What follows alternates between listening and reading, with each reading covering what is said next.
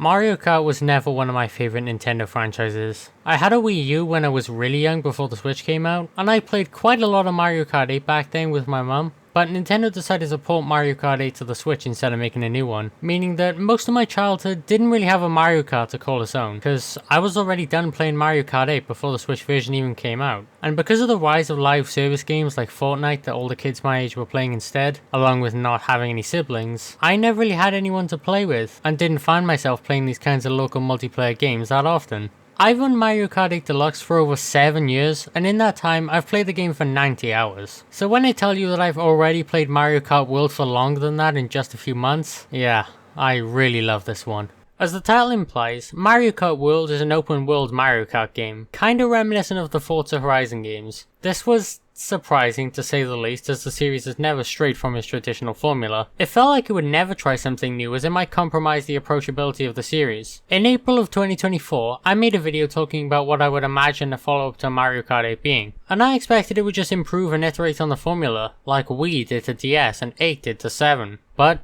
no, this is a complete reinvention of the series, and I think I love it. Whether it be Mario Odyssey, Spider-Man PS4, GTA 5, Breath of the Wild, whatever, if you give me an open sandbox area and the mission is just to explore the world and find cool things, I will lose myself in it. There's just something so relaxing about driving around this world and seeing what you can find. If there's one comparison I have, it's that one Sonic fan game, Sonic Utopia. That game gave me a similar feeling, where there's not really any goal, you just wander around using your knowledge of the game's mechanics to get around more efficiently, and listening to the nice music as you just explore. It's why Sonic Utopia is one of my favourite Sonic games, despite it being a literal proof of concept that you can beat in, no exaggeration, like 2 minutes. It's almost uncanny how much Mario Kart World reminded me of Sonic Utopia. Anyway, this is still a Mario Kart game, so let's actually talk about the racing. Each race now has 24 players, the most any Mario Kart has ever had, and the tracks are a lot wider now to compensate. I felt like Mario Kart 8 was really well balanced, but because of that, the game felt a bit boring to play. The signature craziness from Double Dash on Wii wasn't really in 8. It felt like after reaching first place, it was almost impossible to get knocked back down the pack. But with twice the amount of races as last time, the game feels a lot more hectic and interesting now, like the games of old. However, the main new addition to racing in Mario Kart World is parkour. You can charge up a jump, which is already useful, but you can then jump onto a rail and grind on it. You can even drive on the walls, allowing you to parkour between different walls and make some really cool jumps. This is easily the biggest addition the Mario Kart formula has ever seen. Even the Double Dash mode didn't add this much strategy. I still miss the ability to switch between your items though.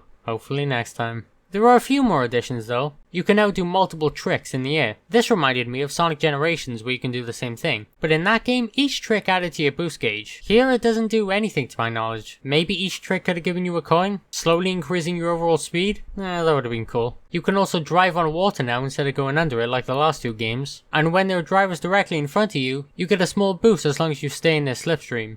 Like Team Sonic Racing. I don't know what's with all the Sonic parallels today, I'm awfully sorry. Then you've got the new competitive mode Knockout Tour, which uses a battle royale format of players getting kicked out if they don't stay high enough in the pack. And this is up there with Salmon Run as one of the best Nintendo multiplayer experiences ever. Oh my god, this mode is amazing. This is where the tricks you've learned to explore in the open world come in handy, as you're going to need them to stay up in the pack. Barely making it to the next cycle, bouncing off the heads of your enemies, red shells flying everywhere. Now this is Mario Kart. I honestly think this is the most fun I've had with any Mario Kart game. The craziness of Wii, the high skill ceiling of Double Dash, and the polished and balanced item roster of 8. The Triforce of Mario Kart all together in one legendary mode. I just realized I'm a lot more invested in this franchise than I thought I was. Now, battle mode is here, as always, but honestly I think Double Dash was the last time it was worth a damn. Knockout Tour has basically replaced it as the competitive side mode to the main racing, and I'm honestly fine with that. Now let's talk about the presentation. Visually the game looks great. The characters have been redesigned to look more cartoony, like the old 2D artwork the series used to use. Mario Wonder and DK Bonanza have tried a similar thing with their art styles recently. I don't mind the more expressive designs Nintendo's been using, but I hope they don't go too overboard with this. Like, I really don't want Smash 6 to look like this. But as a style they use every once in a while, I really like it. The characters have been given so much more, well, character. The way they look around, how they pose and laugh during the trick animations, it really looks like they're having fun. Oh, and the game's soundtrack is incredible. Most of the new music isn't that memorable, but a few hundred tracks from the Mario franchise have been given new arrangements that play while you explore the open world, and these were such a great addition to the game. I'm a bit disappointed that there's no music from the RPGs, but this is still really cool. The character select screen isn't though. Yeah, this is just weird. So the character select screen displays your characters and their costumes together.